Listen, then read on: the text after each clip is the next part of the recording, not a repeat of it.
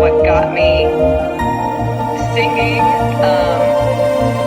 And I always grew up listening to like Whitney Houston and Celine Dion, and then like Charlotte Church came out, and I listened to her a lot, and then Wicked came out, and that was a big kind of game changer into the musical theater side of things for me. But Sarah Brightman was another one that I listened to that was more classical. So I listened to I was kind of raised listening to a variety of artists.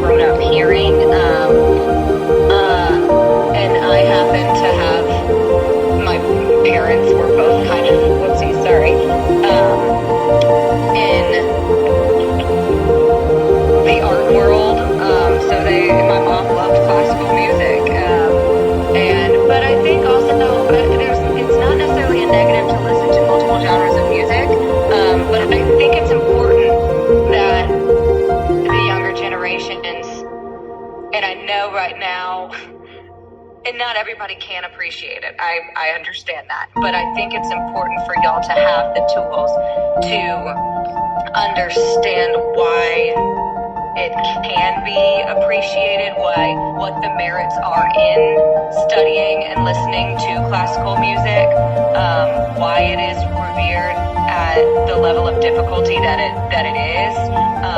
Why are these composers known as the greats? What did they do that's so great?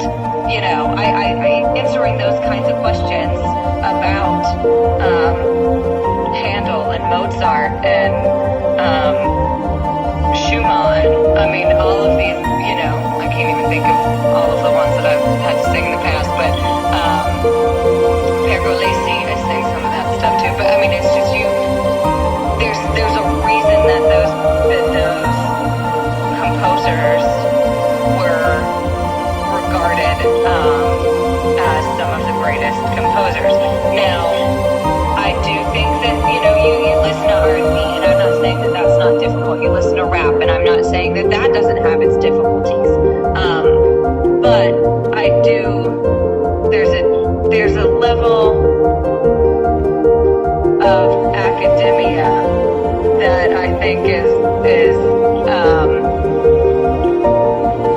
reached in studying classical music and operas. It's involved. There's a lot behind